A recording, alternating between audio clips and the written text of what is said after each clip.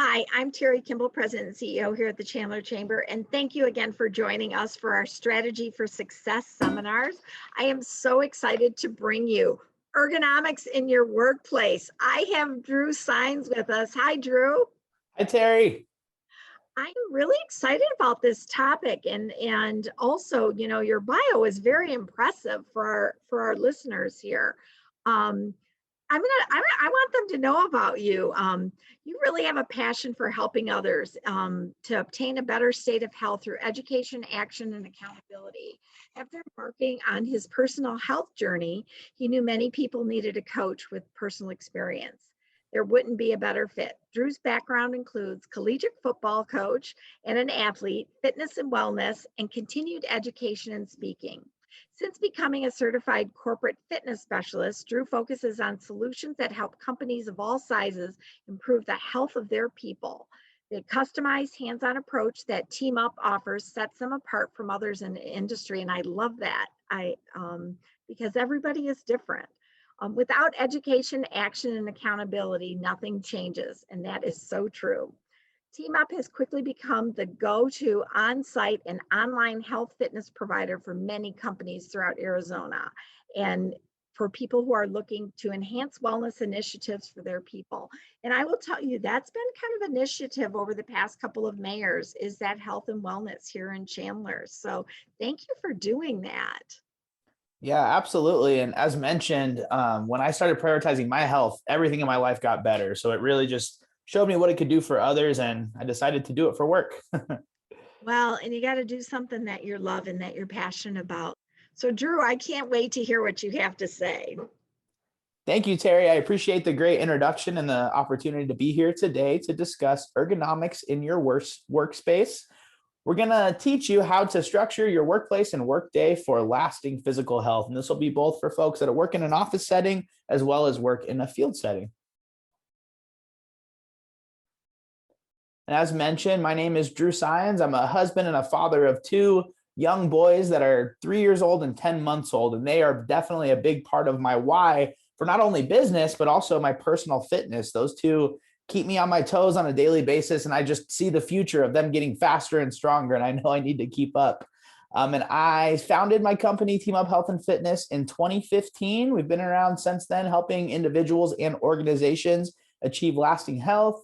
I did attend ASU. They have a phenomenal exercise and wellness program.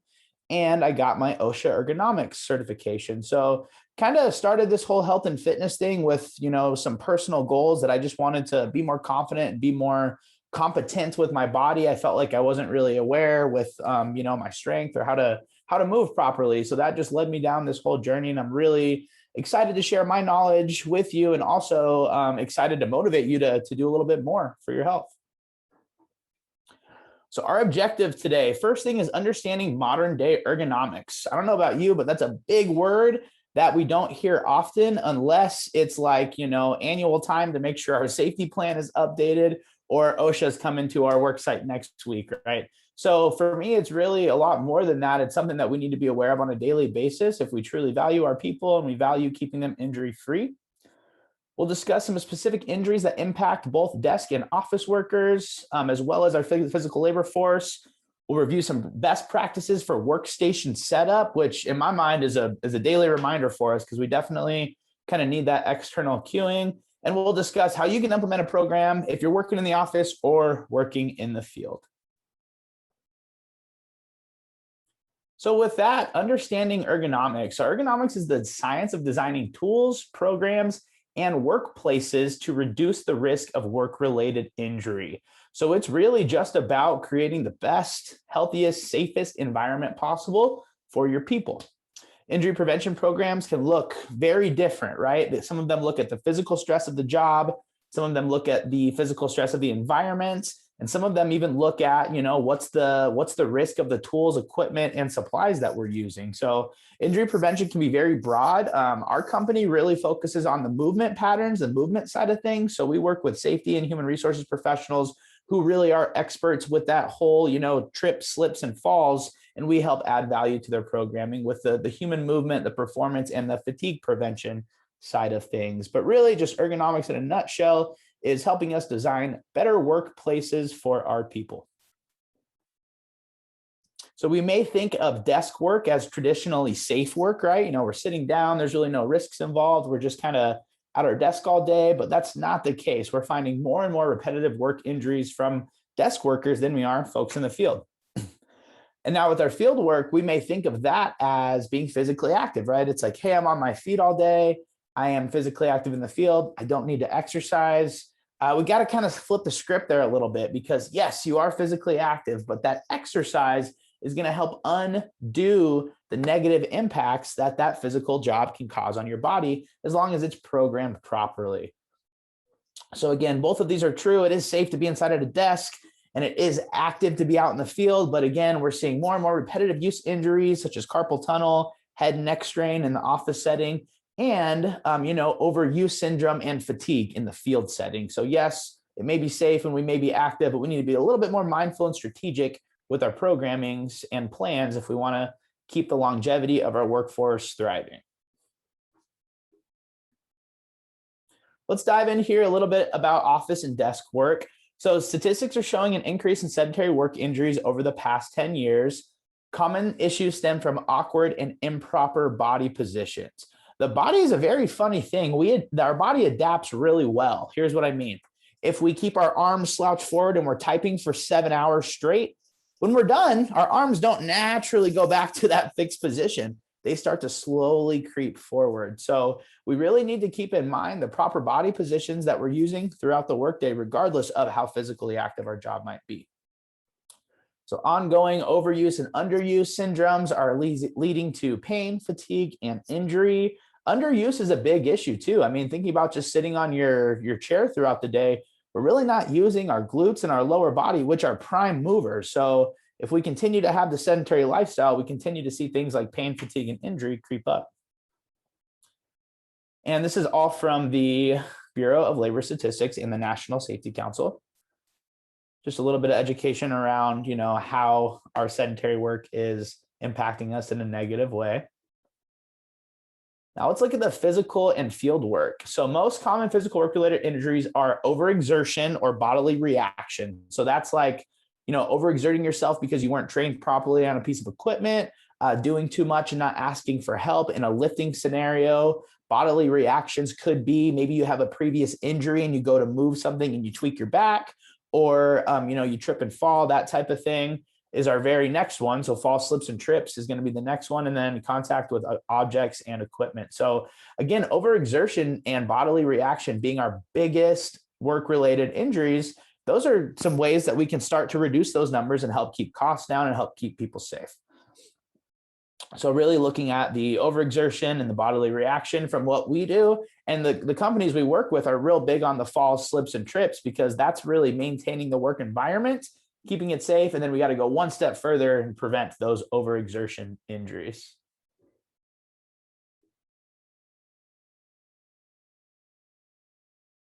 Now, what does this lead to? Why does it matter? Well, it leads to musculoskeletal disorders.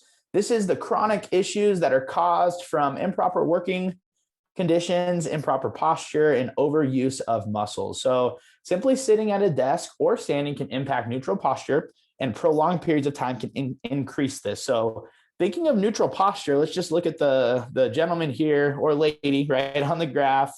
We've got shoulders, hips, knees, ankles, all in a nice line. When we start to come out of this posture, think, hips either tilted forward or arched back. Maybe the head and neck is forward a little bit. But what happens is the body starts to adapt. Our backside muscles start to get really long, and our front side muscles start to get really tight, okay? And what happens is without consistent intervention of poor posture or poor positions, we can develop syndromes such as repetitive motion disorder or overuse syndrome. Musculoskeletal disorders are a serious problem for employers. They're an economic burden. They include increased worker compensation costs, lost wages from people being away from work, lost productivity from people being inactive and unable to do their jobs. And it estimates just here in the US costs between $45 and $54 billion annually. Again, information coming from the National Safety Council, and really just want to kind of highlight the importance of proper posture and the impact of either sedentary desk work or repetitive work out in the field. Some different stages of musculoskeletal disorders as well. So we think about early stages, it's going to be aching, tiredness, affecting that area either during the work shift, kind of while you're doing that activity, or shortly thereafter. But in the early stages, typically this goes away, right? We don't feel it for a long period of time. It's kind of like, yeah, I kind of have a nag in the back here, but it goes away and we continue to just kind of go about our business. Then we have the intermediate stage, which is this is where we feel aching and tiredness early in the work shift and it persists at night. So if you get to the job site, you're doing your work and you kind of feel some stuff initially and it doesn't go away, it gets worse throughout the end of the day. That's our intermediate stage. Same for sedentary workers too. If you kind of feel some wrist pain at the end of your shift, but you don't notice it any other time, we could be in that early stage. And then if we start to feel things into after our shift is where we could really have some issues. And then of course, the late stage is aching, fatigue, and weakness persists even after resting. The worker experiences sleeplessness and unable to perform light duties. So this is all kind of a continuum of, we're noticing issues, and they're maintaining and not getting better. And then it's like, hey, we almost have like a permanent issue. So if we can really tune into these early stages and provide some specific intervention for our employees, it's going to be extremely impactful on not only the lifespan of that employee, but it's really going to compound over time for your company if you're continuing to provide value, continuing to keep your workforce healthy, and continuing to keep turnover down because you're keeping your people happy, healthy, and engaged in these types of programs. So with that, with kind of shifting over to the prevention side, what do we do? How do we prevent all this costly and painful stuff from happening? Well, first, on the office side, we want to look at a neutral workstation setup. I love this graph here just because it kind of gives us what we typically do and how we can sit better. So just looking at, kind of same lines from the previous graph is ears are aligned with the shoulder, hips are a little bit in front of the head. So we're not leaning forward like in the picture on the left, we're tilted back and upright. Our lumbar spine has a nice natural neutral arch in the back. Arms are rested, elbows are right at the wrist, maybe even a little bit above. Hips are in line with the knees, and the ankles are slightly in front of the knees. So if you look at the graph on the left, that person's knee joints and shoulder joints and hip joints have a lot of pressure on them because of the position they're in. Now, if we look over to the graph on the right, the neutral posture, much less stress on the joints, much more neutral position for the muscles. So this is really what we want to think about as we're setting up our workstation and as we do our just mindful checks throughout the workday. We have employers that actually send out little notifications on people's desktops, on their screensavers and whatnot. So they're constantly, just being self-aware and checking themselves, making sure they're prioritizing proper posture to prevent injury and pain. Now with these workstation action items, these are kind of the key things we want to do to help set up that workstation. So first thing, avoid tight angles at each joint. So a tight angle would be like here, really tight angle at the joint, here, not a tight angle at the joint. That's just going to reduce any just overexertion and overcontraction of the muscles and joints. And again, being mindful of each joint in its neutral position, kind of referring back to those graphs we had here, just to give you some insight on how you can really maintain that neutral position, as well as have a desk or a chair that helps you do it. Elevating your eyes. So if we can look directly forward, it's ideal. I know that's not always possible. So maybe if you have multiple screens, making sure one is elevated so we're not constantly looking down. The last thing you want to do is just have a screen that you look down at all day. Definitely want to either, go for a walk, get on your phone here doing some work, or elevate your eyes a little bit so we can keep that neutral head and neck position. Lowering your keyboard, that's going to do a lot to maintaining a bigger angle at your elbow. So if we have a high keyboard, our elbow's bent, lower keyboard will have a little bit less of a angle there. So that's a good one. Adjusting your chair to make sure, you can keep the hips slightly in front of the shoulders and keep the knees supported, and supporting your feet. We definitely want to make sure our feet are flat on the floor. Some tips to do that. I know some people, their feet can't reach the floor. We have, tons of devices you can use. You can put a 2x4 under there for your feet. Some people use textbooks or even just a pillow, something to give your feet some support underneath there. That way they're not, crossed, or they're not in an improper position. And that's not to say you have to sit like this all the time, but you typically, when we're getting into our workday, we're not paying attention to our posture and our body position. A couple hours later, we'll notice some tightness. So if you could just kind of have this awareness to be looking at our, what we typically do and what we should do, and get your body back in that proper position, is definitely a good place to start. Just talking a moment here about alternative workstations. So again, we want to set our workstation up for success. A couple different ways I've seen clients and people do this and have some success. Standing workstations can actually increase calorie burn by 54 calories per day. It can equal about 5 pounds per year. But what it's going to do is give you that stand option where, your eyes are elevated, your keyboard's lowered, and your feet are supported, and the spine is in a neutral position. So I always recommend, if you can have a sitting and a standing workstation, that's the best way to do it. Not that it has to be some fancy standing workstation, but if you just have a place where you can go stand for a phone call, stand while you review your emails, or really just have an opportunity to get out of the desk but not be distracted from your work, that's typically the best way to set it up for folks that are in that office setting. Another thing we've seen people do is take a step further by purchasing a walking workstation. These are treadmill desks. So I've seen them done a couple different ways. One way is it's a treadmill with the desk attached to it. So it's kind of like a full kit per se. And those are more expensive. Those are going to be in like the $4,000 range. And I've also seen some treadmills that are just the bottom belt that kind of fit underneath a standing desk. And those are a little bit less expensive, still a couple $1,000s. So this does help calorie burn. It will help you stay active. I don't think it's a great solution for an individual. I've seen companies do a good job where maybe they purchased 2 or 3 of these that are in a common area pre-COVID that people could kind of share and use. So it's definitely a good option, but for the cost effectiveness and outcome that you're looking for, just to improve your posture and improve your workstation setup, having the standing desk is the way to go. Another one that actually is a pretty good solution for people is a pedal desk station. Okay, so they have these, again, they've got fancy ones where the bike is hooked up to the desk, but I've also seen it done really well on Amazon for like $40, where you have a nice little pedal pump for underneath your desk.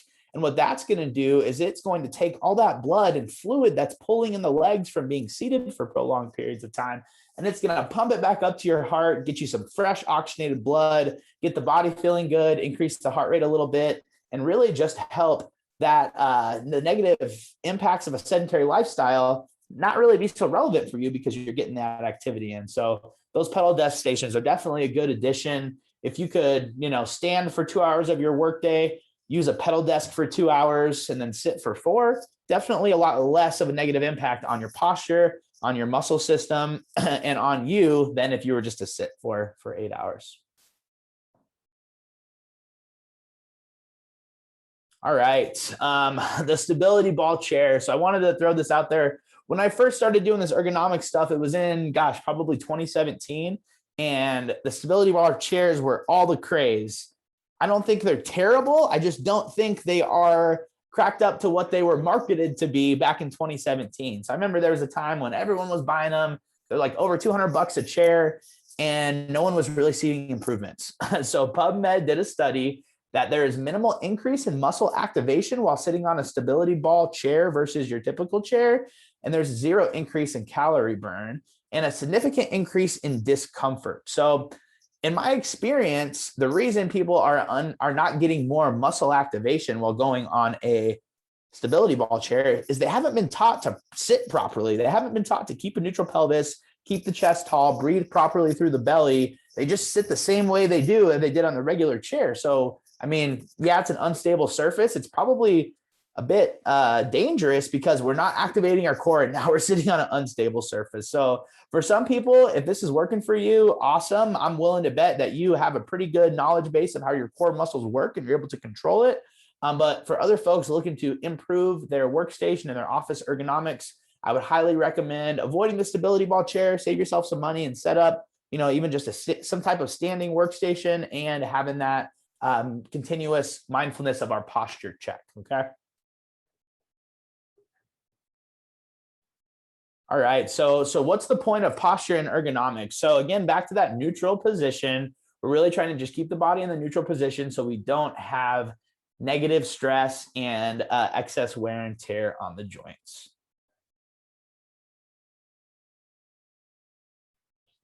Now let's talk about improving this posture. So again, we want to make sure we have a good workstation set up. We want to make sure we're mindful of our movements. But if we're in a place where we feel like we maybe have poor posture now, that stuff may not be enough. We may need a little bit more intervention. So what we want to do if we're trying to improve posture, improve our bodies, the way we feel, and we want to improve these both for sedentary and our active folks, if you're in the office, we're going to recommend you implement 30 minutes of daily planned activity, as well as a daily mobility and stretch routine. So this could look like 30 minutes of walking plus 10 minutes of stretching. It could also look like 30 minutes of stretching plus 10 minutes of walking. We really just want to make sure we do one bout of planned 30 minutes of physical activity every single day, as well as some specific mobility exercises that can help us undo the negative impacts of the position that we're put in during the workday. Now with our field and manual labor folks, we want to implement 15 minutes of recovery focused planned activity each and every day in conjunction with a pre and post shift routine. So let's unpack that a little bit. With our field folks, we're much more in a sympathetic nervous system stimulation. So let's talk a little bit about that. We have our central nervous system. It's got the parasympathetic and sympathetic side of things. On the sympathetic side of things, that's fight or flight. That's, get after it. We're in the field, we're doing our thing. And when that part of our nervous system is stimulated for a prolonged period of time, we start to get fatigue, we start to get chronic stress, we start to get headaches, we start to get chronic disease. So by implementing that 15 minutes of recovery, deep breathing, yoga, manual stretching, something right after the workday for our field folks will really help them get back into our parasympathetic nervous system, rest and digest, and also just decrease some of that workload and work stress that their body takes on from the workday. And the pre and post shift routine, I'll dive a little bit more into those in a second here, but those are mostly for specific movement. So for us, with clients that we work with, we go out, we observe the job site, look at our light, our medium, and our heavy workloads. What are those employees doing? And then we develop a pre-shift routine that's going to help prep them for that work and prevent injury. And then a post-shift routine that's going to help, reduce the soreness on their body, reduce the fatigue, and reduce the risk of injury at all major joints. So again, we want to improve posture so we're in a neutral position to have less impact on our bodies, and especially throughout the workday. So here we'll dive into a little bit of our office staff planned physical activity. Again, brisk walk, bike ride, body weight exercises, yoga, resistance training. The American College of Sports Medicine recommends that we get 150 minutes per week of moderate physical activity. So that's our stuff like, Zumba, yoga, brisk walk. Moderate meaning you're not going all out, but you are moving and you're slightly out of breath. So if we can get 30 minutes a day, 5 days a week, there's our 150 minutes. We've checked what the scientists say we should do, and we are moving about our day. Just want to give us an example of what a daily mobility and stretch routine could look like for our office folks.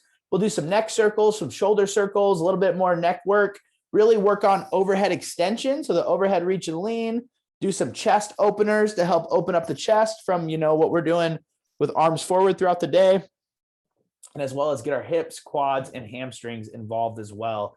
So this is just an example of a stretch routine. If it's something that you have questions about and would like to go over in depth, I'm happy to connect with you offline here and just kind of give you some more insights on, duration, frequency, and all that stuff for this daily mobility routine. So that's for our office folks. Now in the field, let's talk a little bit more about our pre-shift routine. So we want to focus on muscle and nervous system activation, meaning turning everything on. We really want to do a prehab on key joints, so shoulders, hips, and knees. We do things like a reach and row, so we work shoulder extension, but also back activation.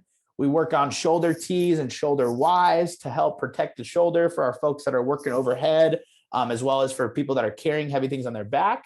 We work a hip hinge that helps reduce hamstring tightness, as well as increase the way that the hips work. So with that hip hinge, we help our glutes do the main work for us, as opposed to the hip flexors and quads. And then we do a glute compass, which is an activation exercise. And all this stuff literally takes 3 to 7 minutes. So with our field folks, we always say, hey, 3 to 7 minutes for your stretch routine. It's going to be specific for your job force and for your scope of work too. So this can look a lot different depending on the level of physical labor that is being executed. Now that post-shift routine is going to focus on restoring muscle length and relaxation. So let's think about shoveling, right? When I'm shoveling and my arms are working, that arm can be very tight after a full shift. So by stretching, we're going to bring those muscles back to their original length, maybe even a little bit longer, increasing flexibility, but helping bring in fresh oxygen and help restore that parasympathetic or rest and digest nervous system for our folks out in the field. And again, 3 to 7 minutes, 3 to 7 minutes.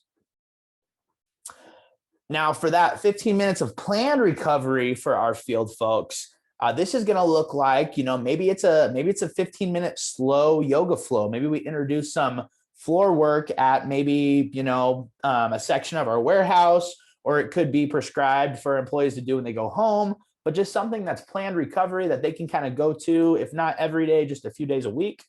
Passive stretching is really good for this. We actually have a client that's got an area in their facility with some mats on the floor and stretch straps that we go in, we teach a workshop for people how to do it, and then they've got that resource there for them.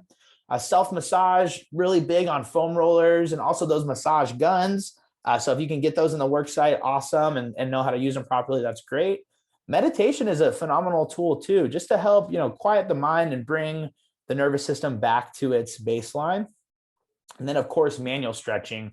If you've got someone in your workforce that is either knowledgeable with the body or has some type of skill set or certification, doing some manual stretching is phenomenal. We've got a massage therapist that works with us that, for my internal team, we're doing fitness in the field. So we got to do this stuff too. He helps us stretch out and also helps some of our clients too that have a specific need. So just getting into the habit of offering resources that help your physical labor folks just recharge and unplug. We don't label it as fitness, right? The last thing we want to do for people that are active in the field, for those men and women that are coming in, overheated, dehydrated, it's not a workout. It's more of a planned recovery that helps them restore and relax. So let's review this stuff, what we talk about. So ergonomics is the science of designing tools, programming, and workplaces so people can reduce the risk of work-related injuries. The needs of our staff are going to vary depending on their job duties, physical condition, and work environment. That's something that really needs to be taken in mind when implementing some type of workplace program. Everyone's physical condition is different. So we really need to be inclusive when we're offering these types of programs. On the office side, we need to make sure we have programs for people that are already doing weight training and maybe just have some stiffness because they're not moving throughout the workday, as well as programs that include people that have never exercised before. Now, on the physical labor side of things, same deal. You may have employees who have been, ex-college athletes. They're exercising on a daily basis. How are we going to include them in this program so it makes sense, right? So kind of lots to think about and lots to unpack there, but definitely a good opportunity to bring up the conversation around ergonomics, around proper workstation setup, and around pre and post shift protocol. Again, our office staff, quick action items, mindful workstation setup, commitment to 30 minutes of daily exercise, and a commitment to a daily movement routine. And for our field staff, we're going to improve our pre and post routines depending on job requirements. I know a lot of people in the construction and field industry have some type of pre or post shift stretch and flex program in place. I recommend you review that, find out who made it, when was it made, and how is it impacting your injury rates? Because if those boxes aren't being checked, it's definitely time to review that. And of course, commitment to recovery-focused physical activity on a physical base, on a regular basis. And that's that 15 minutes of planned recovery. It can be simple too. It can be, just a break room that you've got some foam rollers in that have a yoga mat also that people can kind of utilize, or it can be, an app access that you give your team access to where they can go home and do meditation or do yoga. You can really get creative and get specific for your workforce. That way, it's meaningful for them. It makes sense for your people, and it's feasible for the company to take on the cost for that resource. All righty. And I would love to offer everyone that got the opportunity to check this out a no cost implementation call. So if you are, working in the field and you want to get this stuff set up for yourself or for your team, I'm happy to talk you through the specifics of what we talked about today and just give you some quick pointers and quick action items to help bring it to the team and help make it happen. So feel free to send me an email, drew@teamupaz.com, to talk through that stuff. Or if you have any questions about what we talked about today. And I've also got some good resources on our website, teamupwellness.com. Have some blogs there on injury prevention and employee engagement. So that's where you can find out more info. And I look forward to connecting with you all very soon. Wow, Drew, great information. Okay, I've got a couple of questions. You started off showing that how if you're typing at a computer and you kind of lean forward like this and you're typing, with the keyboard. And it's funny because you said that and I found myself, I had to sit back because I was doing that. I caught myself doing it, but it's also, and again, towards the end of the day, I start off with the best intention. What are some of your suggestions to help self-check that throughout the day? Yeah, great question. Because as I mentioned, we all do it, right? We're all going in that forward position. The computer's drawing us in. I've seen success where two things. One way is every 90 minutes, a little reminder on your phone goes off that says posture check, and you just kind of do that. Similar to, I don't know if you have a Fitbit or a wearable where it says every hour stand. Those are good reminders too. In addition, another way is that graph I showed, I've actually had some people print it out and put it kind of up high right in front of their desk. So they're looking at that good posture most of the day. And it's a good reminder to maintain a tall chest with shoulders back. Well, and it's interesting because sometimes I find myself just even stretching my back where I'll sit further up on the chair and then I don't even realize it. And then all of a sudden, then I start doing this, where if I were to sit back on the chair and stretch my back that way. And it's funny, a couple of years ago, we actually we gave all of our team stand-up desk. That was one of the requests that they had. It's funny, I think there's only a couple of us that really utilize. I use mine every day just because I need to stand up and get some fresh air sometimes. Yeah. So that's great. I think that's the best, is the sit to stand. For you, how do you determine if you're at the standing desk or the sitting desk? It's all on mine and it's a remote. And it's funny because it's just an electric one that goes up and down. Nice. So you don't even got to move your workstation. That's great. No, and my monitors are on there. It was pretty inexpensive too. So and it just sits on top of our current desk. So that was it. All right, I have to ask, neck floss. What is neck floss? So in a lot of my team members, so we went to ASU, did the exercise and wellness thing that required an internship to get a degree. And a lot of my team members went to physical therapy facilities to be a PT tech for their internship. So we learned a ton of those exercises. And what a floss is, it's the act of moving any nerve as short as possible to as long as possible. So with our the neck floss, if we push away, can't see my hand, but if we push away and lean away, my neck nerve is as long as possible. And then I'm going to bring it back to as short as possible. Yeah. And we're just going to keep going through that. So the idea here is it brings the nerve away from the muscle. And that's what causes pain, is when we have a muscle pushing on a nerve. And the concept of the floss just helps create some space. So one of the things that we're seeing and we're also hearing is, because so many of us are on the computer all the time, there's more increased carpal tunnel in that. Any tips, suggestions on what to do on stretching those muscles? Yeah, absolutely. So definitely lowering the keyboard, because when we look at the wrist, if I'm here, I'm flexed and I'm tense. But if I'm here, I'm relaxed and I'm neutral. So just trying to lower that keyboard, but two, I use voice to type a lot. So, if you've got to crank out 2,000 words and you could use voice to type and then edit it later, that's always a good option, especially if it's towards the end of the workday and your wrists are feeling fatigued. Another thing is just really being mindful of this movement, because, our hands can kind of creep here. We're cranking away, texting on the phone, but thinking full extension at the fingers and wrists every so often, just like when we do our posture check, is a good good habit to get into, just so we're not, kind of crunched up here at the hands and wrists. So most desks are like an average size, and you talked about in one of your slides about the footrest or the stretching of the feet, and so forth to help with that blood flow. Um, are you just talking about, moving the feet or, actual stretching, or I can't So, remember which slide that was on. yeah, two things. Having the feet supported is going to take tension off the knees and hips. So, typically we sit with our feet kind of bent. Keeping them flat is going to take tension off the joint. So that's the purpose there. So if you can't reach the floor, kind of elevate the surface with the book or what have you. But the motion with the feet I mentioned was something called the pedal desk. They're these little foot pumps.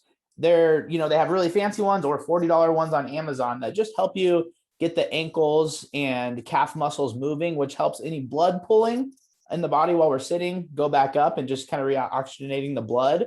So I know, like, my mom, she's a call center agent for Geico. She cannot get out of the chair. She's on the phone all day long. So she has to do some type of activity, and that pedal desk works really well. Interesting. I was really interested to hear your comments on the ball chairs.